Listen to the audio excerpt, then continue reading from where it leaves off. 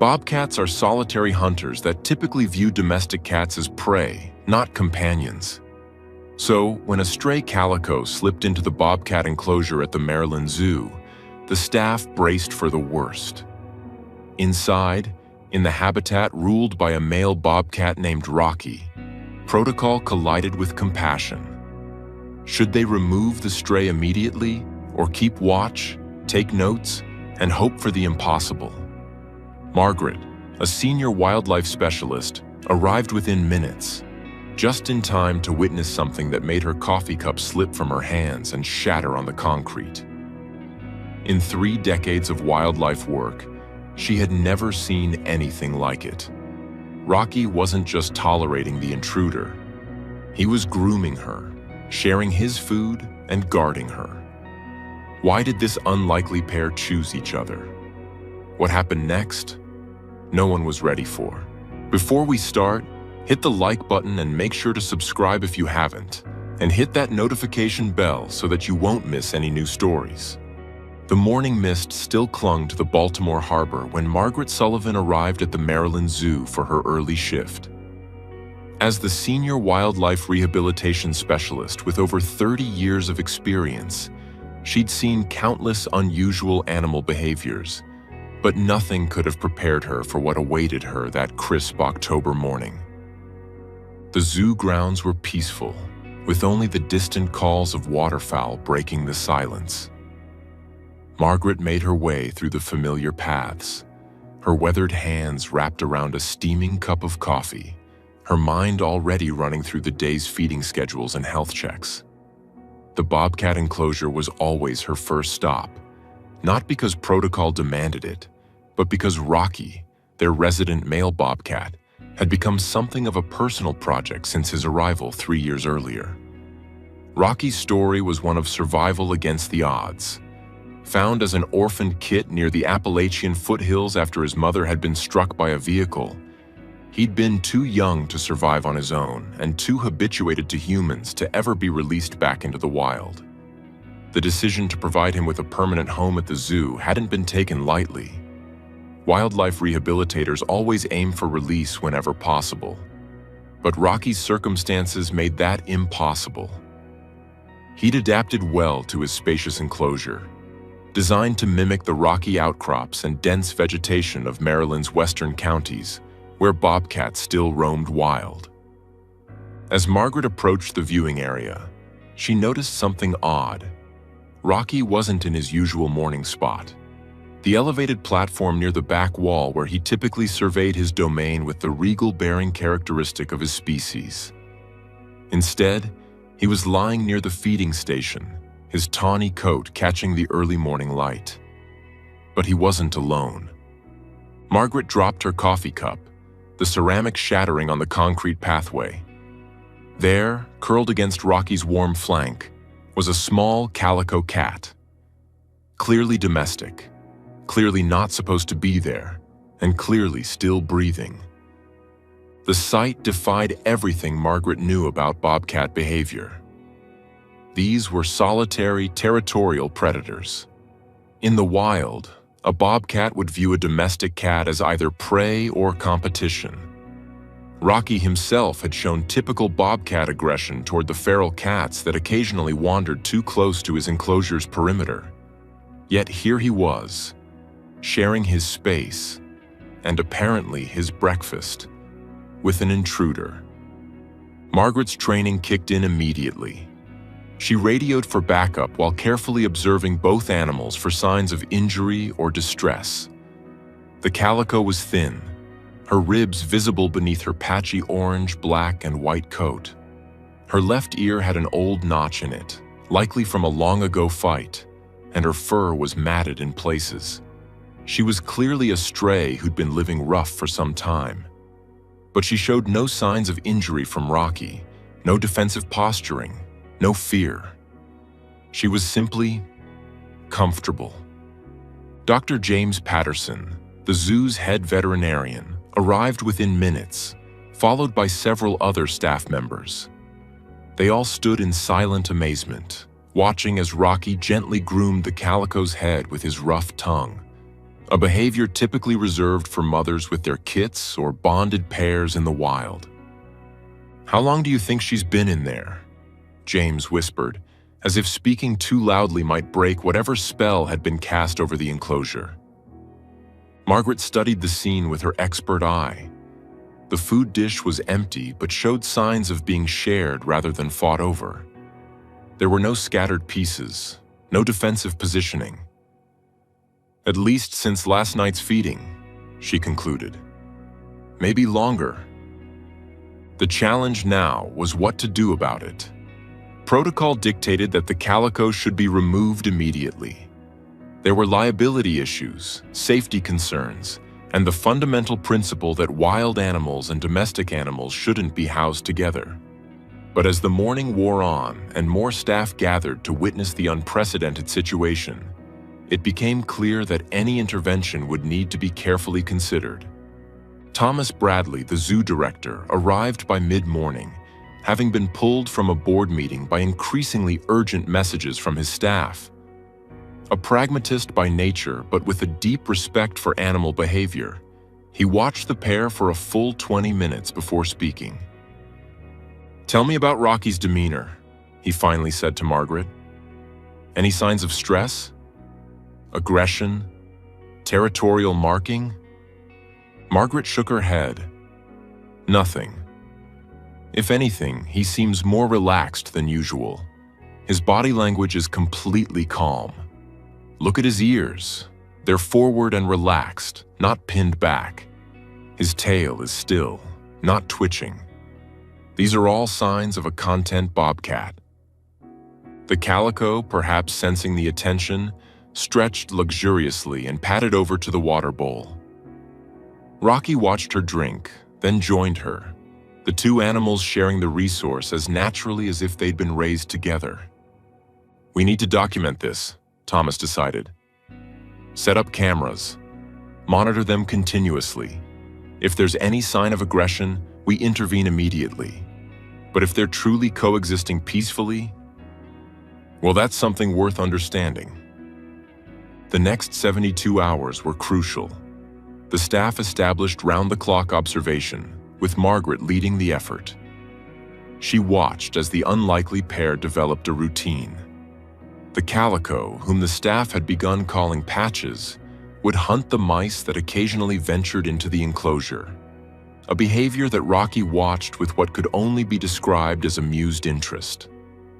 In return, Rocky shared his daily food rations, even stepping back to let Patches eat first. The most remarkable moment came on the second evening. A raccoon had climbed onto the enclosure's mesh ceiling, likely attracted by the scent of food. Rocky immediately went into defensive mode, his wild instincts kicking in.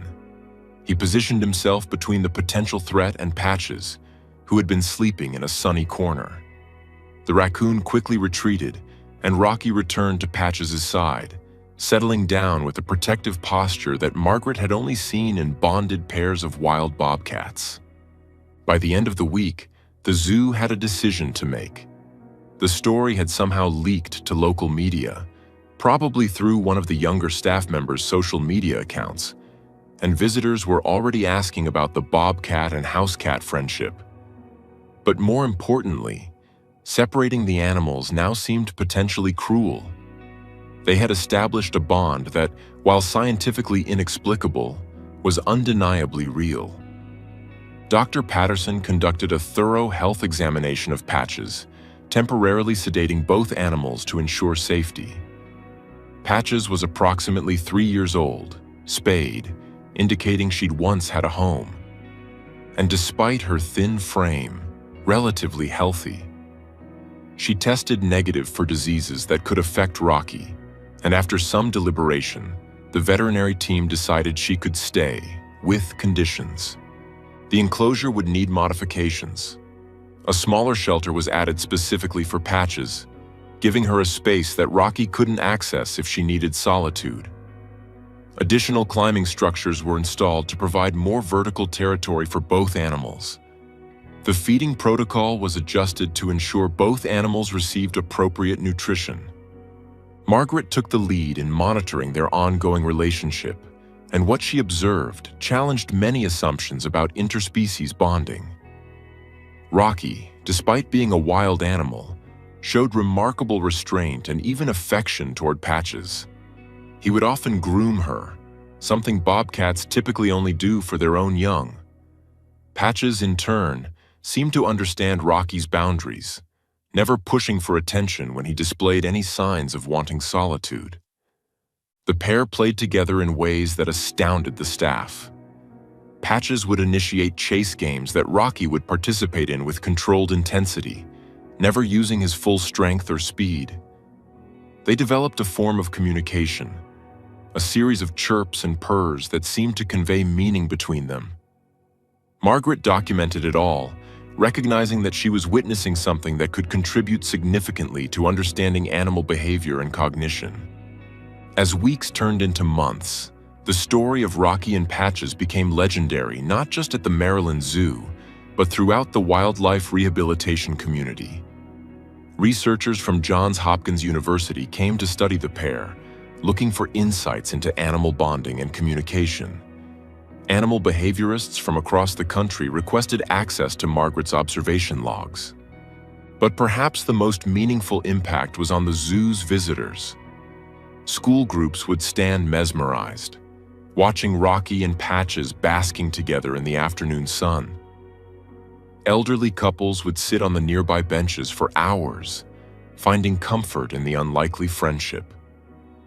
Margaret often overheard visitors drawing parallels to human relationships, how differences could be overcome, how kindness could transcend natural boundaries. One particular interaction stood out to Margaret.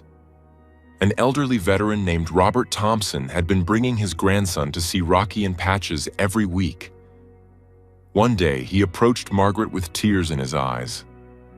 "I served in Vietnam," he said quietly. "Saw things that made me believe the world was nothing but violence and survival of the fittest. But watching these two, it reminds me that there's still gentleness in nature, still surprises, still hope." Margaret found herself deeply moved by his words. In her 3 decades of wildlife rehabilitation, she'd focused on the science, the protocols, the best practices, the measurable outcomes. But Rocky and Patches had taught her something beyond science. They'd shown her that sometimes the most profound moments in nature were the ones that couldn't be explained by textbooks or research papers. The scientific community remained divided on how to interpret the relationship. Some experts argued it was simply a case of mutual benefit. Patches provided companionship that reduced Rocky's captivity stress, while Rocky provided protection and shared resources. Others suggested it might be a form of misplaced parental instinct on Rocky's part, though his behavior didn't fully support this theory.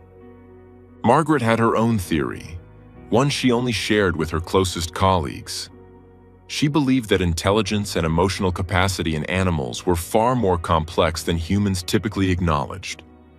Rocky had been rescued young enough to understand that not all cats were threats or prey. Patches, having lived as a stray, had developed survival instincts that allowed her to read Rocky's body language and respond appropriately.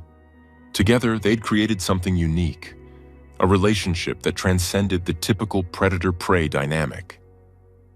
The zoo developed educational programs around Rocky and Patches, teaching visitors about bobcat conservation, the importance of wildlife rehabilitation, and the complex nature of animal behavior. Margaret led many of these sessions, using the pair's story to illustrate broader conservation messages. Bobcats once roamed throughout Maryland, she would explain to attentive audiences. Habitat loss and hunting reduced their numbers dramatically. Rocky can never return to the wild, but his story and his unusual friendship with Patches helps people connect with wildlife in a personal way. That connection is the first step toward conservation. The programs were incredibly successful. Donations to the zoo's Wildlife Rehabilitation Fund increased by 40%. More importantly, several visitors were inspired to become wildlife rehabilitators themselves, with Margaret mentoring several new volunteers who cited Rocky and Patches as their inspiration. As the first anniversary of Patches' arrival approached, the zoo organized a celebration. It was a modest affair. The animals wouldn't understand or appreciate fanfare. But it gave the staff and regular visitors a chance to reflect on what the unusual pair had taught them. Margaret stood before the gathered crowd, her weathered face bright with emotion. In wildlife rehabilitation, we often talk about success in terms of release rates and survival statistics. But Rocky and Patches have taught us that success can also mean adaptation, that sanctuary can be found in unexpected places, and that the bonds between animals, like the bonds between humans, don't always follow the rules we expect. She paused, watching as Rocky and Patches lounged together in their favorite sunny spot, completely oblivious to their celebrity status. They've shown us that nature still has the capacity to surprise us, to challenge our assumptions, and to remind us that gentleness and cooperation are just as much a part of the natural world as competition and predation. The crowd applauded warmly, many wiping away tears. Among them was a young girl named Elizabeth, visiting with her grandmother. She tugged on her grandmother's sleeve and whispered, "Grandma, do you think they really love each other?" Her grandmother, a retired biology teacher who had been skeptical of anthropomorphizing animal behavior, looked at the peaceful pair and smiled. "You know, sweetheart, I think they do. Maybe not in the way humans understand love, but in their own way, yes. They've chosen each other, and sometimes that's what love is. Choosing to be gentle when you could be fierce. Choosing to share when you could take everything for yourself." As the seasons changed, Rocky and Patches continued their unlikely cohabitation. They weathered Baltimore's humid summers and chilly winters together, their bond seemingly growing stronger with time. Wildlife photographers from National Geographic came to document them. Researchers published papers about them. Children drew pictures of them that lined the zoo's education center walls. But for Margaret, the most meaningful moments were the quiet ones. Early mornings when she'd arrived to find them grooming each other. Lazy afternoons when they'd play together with the enrichment toys she'd provided. Evening feedings when Rocky would wait patiently for Patches to eat her fill before approaching the dish. These moments reminded her why she dedicated her life to wildlife rehabilitation. Not just to save individual animals, but to understand them, to learn from them, and to share their stories with a world that too often forgot the wonder of the natural world. As she wrote in her final observation log entry for that first year, Rocky and Patches have proven that the boundaries we draw between wild and domestic, between predator and prey, between possible and impossible, are sometimes more fluid than we imagine. They've shown us that kindness exists in nature, not as weakness, but as a form of wisdom.